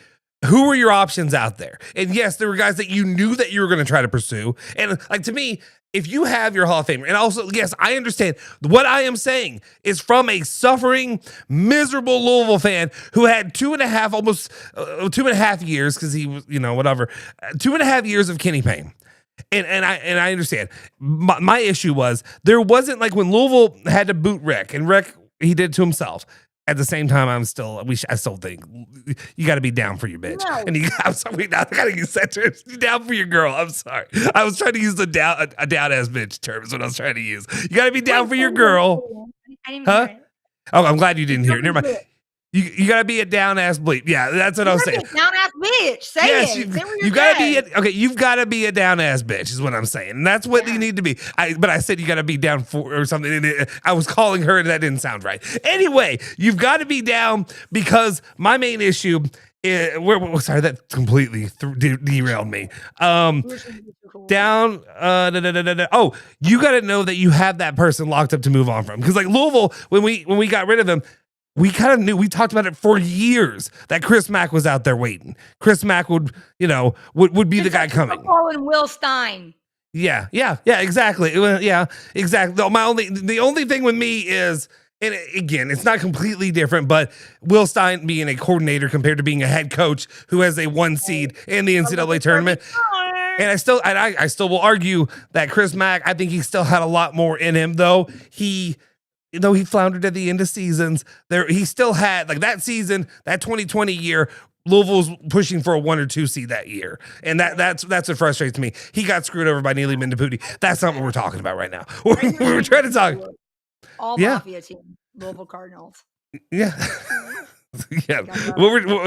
My issue though is if I'm a Kentucky fan and I understand the way you all feel, I understand that Kentucky is supposed to be the brand of college basketball. You're the you're the ultimate school basketball school to go to. Anybody else should walk or crawl to go be, the head coach of Kentucky. Problem is people don't do that anymore. There was nobody. They're like, you had to settle for Mark Pope. So like the point is you moved on for a worse coach. Like that's the problem. If you know that you're going to upgrade, time to move on. Like if you had a brain, you would have done it earlier. Like we criticized Mitch for not being able to move on John Summerall. Yeah. How about not being able to move on a Dusty May? How do you not have a list of coaches that you think would be good? Mm-hmm. And now you are kind of stuck with a Mark Pope. I get it, Trey, he was an alum. You made your move, but I do agree that the landscape of college basketball, it is crazy how different it is than college football. You have a lot of up and coming coaches. Now I know this year you got to the kind of like near the end of the hiring cycle, and you're like, all right, we got to settle for coordinators. But a lot of coordinators have been very, very, very, very, very successful. Look at Kirby Smart, okay? Look at a Steve Sarkisian, okay? So that's one thing. Yeah. But with basketball, you don't have the same amount of up and comers. You don't even have the same style of coach. When Izzo goes, like who's going to be left? Patino's even struggling this year. I don't know. College basketball has changed so much. It makes me sad. It's not even the same type of product. I used to be a college basketball over everything girl. It was my favorite sport. Liked it more than NBA. Liked it more than college football. Liked it over everything. I've completely changed. I'm college football all the way, and I still have a soft spot for basketball. That has nothing to do with UK performance. I mean, just in general. Like if UK didn't even exist, I just loved college basketball, loved the tournament, loved everything. Yeah. But it's just different now, man. Like even like a Shaheen Holloway, like remember like he was just a flash of the pan, like a really great success in the tournament a few years ago.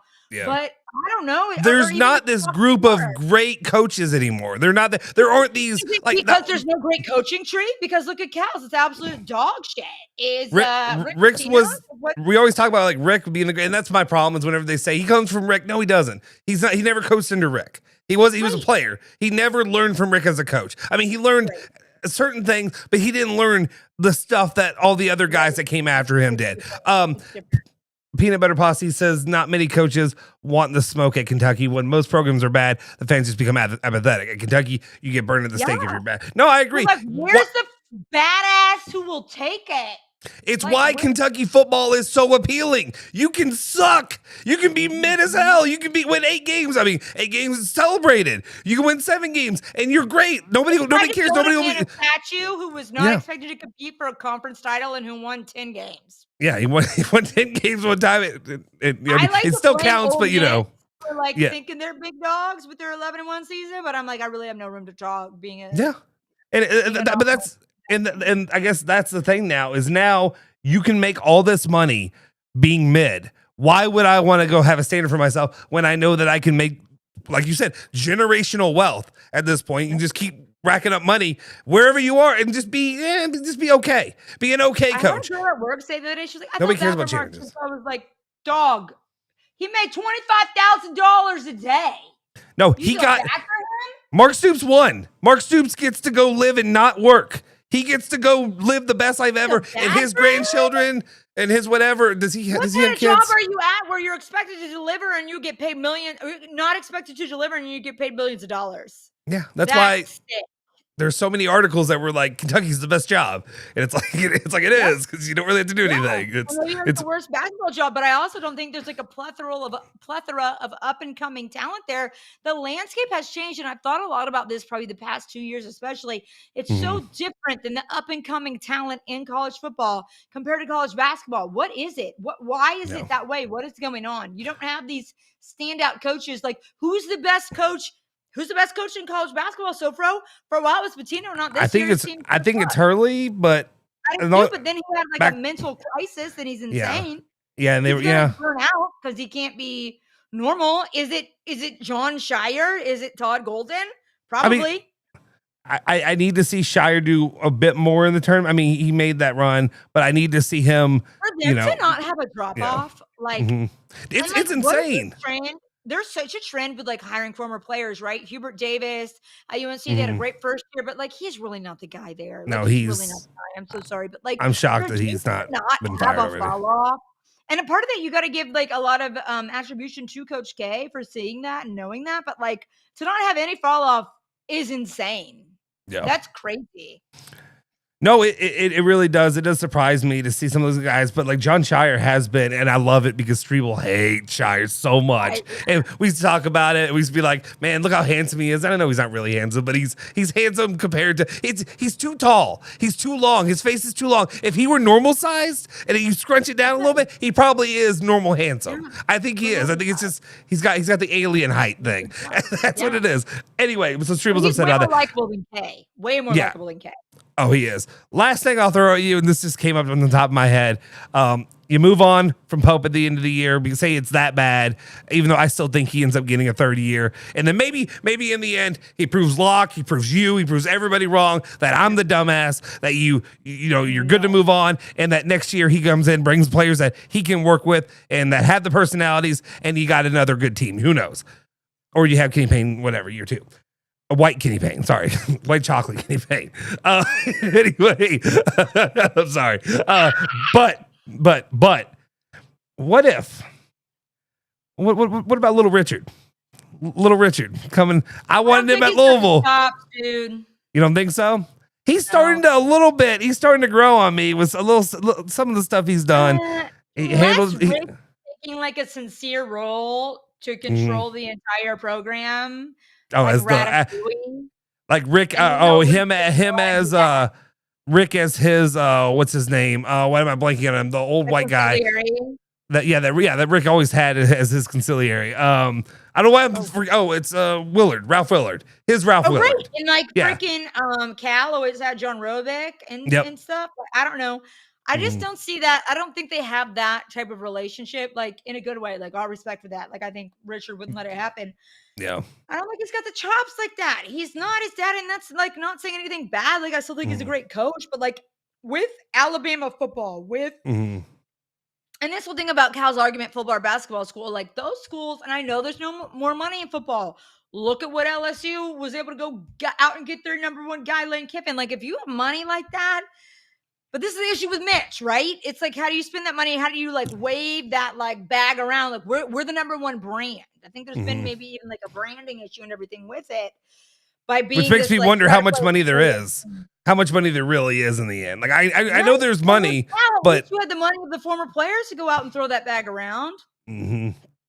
So I don't know. It's just an interesting thing to me. I guess right now what I'm going to be doing is just scouting the rest of the season of the other coaches, like the up and coming guys. I mean, because like Auburn had to go, and I mean he screwed them over by passing it on to his son and all that. But like, deal there, dude? Like, at first it was like, okay, he's running for office. They're like, he's not running for office. And then No. I was talking to a guy who used to I was asking him who used to coach under him as like a GA. And I was like, dude, what's the deal? Is it health stuff? He's like, no, it's not health stuff. So I'm like, what is it? And now he's on TV. Mm-hmm. Yeah, it's really weird.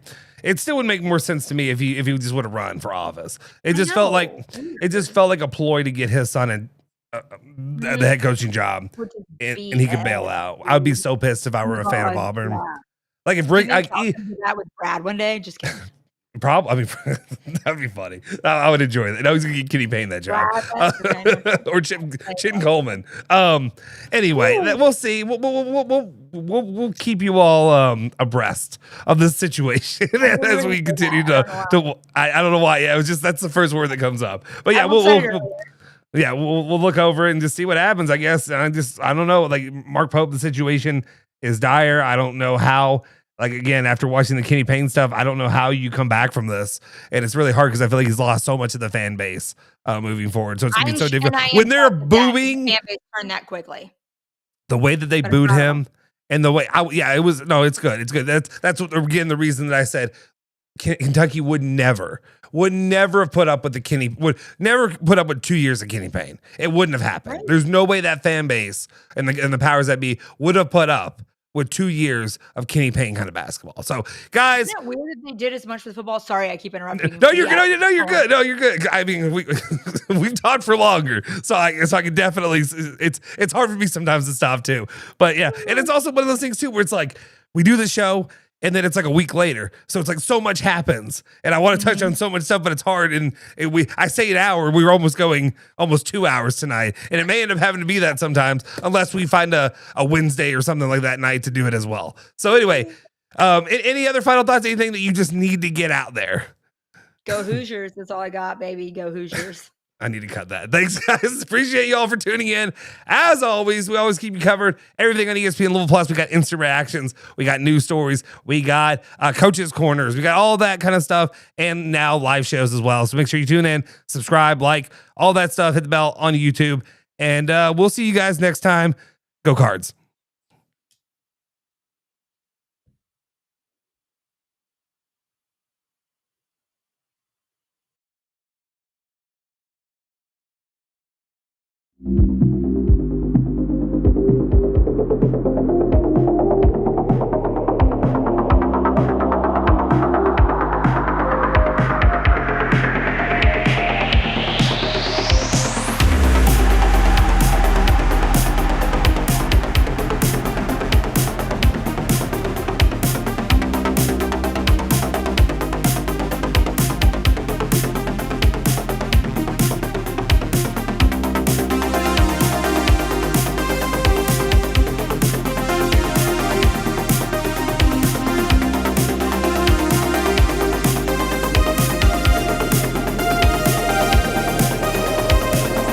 Get a scholarship to King's College. I'm gonna get a scholarship to King's College. Don't condescend to me, Dykes. Don't condescend to me, Dykes.